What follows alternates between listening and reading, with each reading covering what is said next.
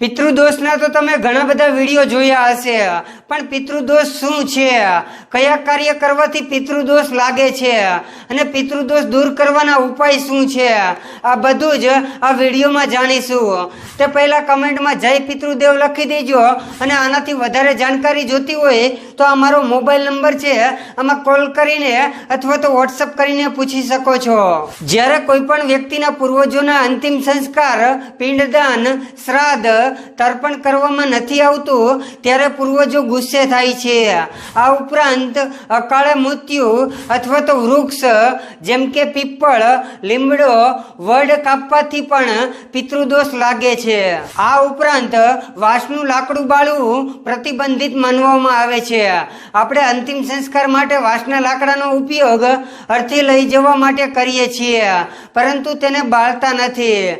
જો કોઈ વાંસ બાળે છે તો તેને પિતૃદોષ લાગે છે. હવે જાણીએ કે પિતૃદોષના લક્ષણો શું હોય છે.